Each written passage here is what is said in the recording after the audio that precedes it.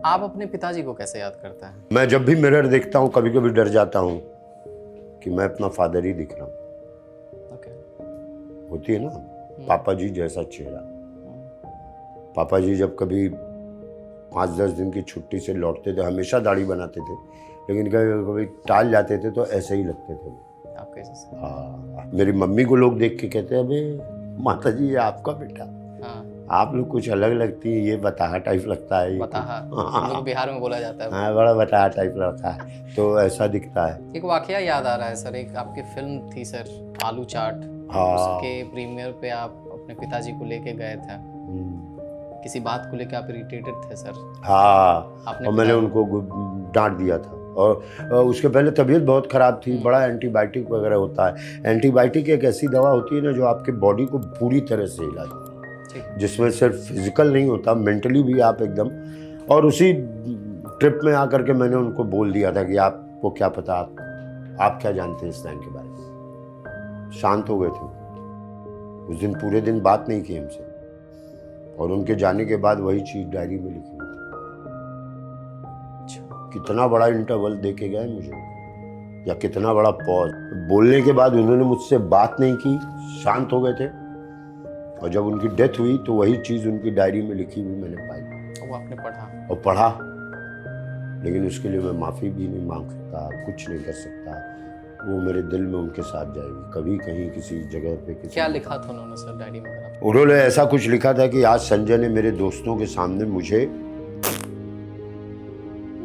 गिराया। मतलब उसको इंग्लिश में कुछ कहते हैं, उसके लिए एक शब्द है, डिमोरलाइज। शायद डिमोरलाइज का भी यही मत है। तुम भी तो बिहारी हो। हाँ सर, बिहारी हैं सर। हम ही लोग IAS नहीं बन पाए सर। क्या करें, तो क्योंकि ये चीज़ नहीं मालूम, तो डिमोरलाइज किया शायद उनको, तो ऐसा उन्होंने लिखा था। दरभंगा आप आना जाना आज लगा रहता, बचपन से जाता रहता हूँ। तो वहाँ क्या आप पैदा हुए? देखिए पैदा नहीं हुआ, मेरे दादा जो थे ना, जैसे गांव से पलायन हो रहा था ना, पलायन नारायणपुर है। नारायणपुर, हाँ।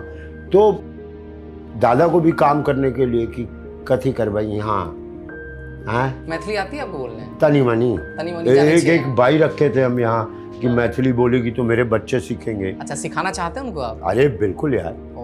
तो मैंने बाई रखी थी कि वो मैथिली बोलती थी। हाँ। तो बच्चे भी बोल लेंगे, हम भी कोशिश करेंगे, ट्राई करेंगे।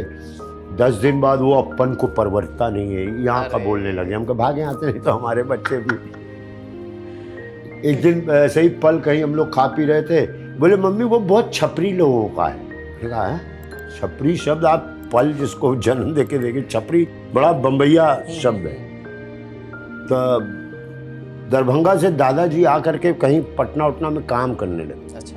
फिर शादी ब्याह, फिर बच्चे बच्चे। मेरे पापा शायद किशनगंज में जन्मे, शायद नहीं, किशनगंज में ही जन्मे, और हमारी पैदाइश पटना में। अच्छा। पटना में, लेकिन हमारा दरभंगा से वो कनेक्शन रहा जब तक दादा दादी। अब भी हम लोग कभी कभी चले जाते हैं, कुलदेवी हैं, लेकिन जब तक दादा दादी थे हम दरभंगा नारायणपुर का ही चावल खाते थे, सब कुछ खाते थे। बहुत खुशबूदार तो नहीं होता था, खुशबूदार चावल तो अब आए हैं। बहुत ही प्यारा चावल। अरवा खाते थे या उसना खाते थे? उसना रे, जो नहीं जानता है बॉइल्ड राइस बोला जाता है उसना को। जिसको ब्राउन राइस भी बोलते हैं। हम लोग के यहाँ ब्राउन राइस कोई दामाद आ जाए, अरे पागल हो, उसना अरवा बनता था। Thank you for watching this full clip, और मैं आपसे वादा करता हूँ कि इसका फुल पॉडकास्ट भी देख के आपको काफी मजा आने वाला है। Link in the description.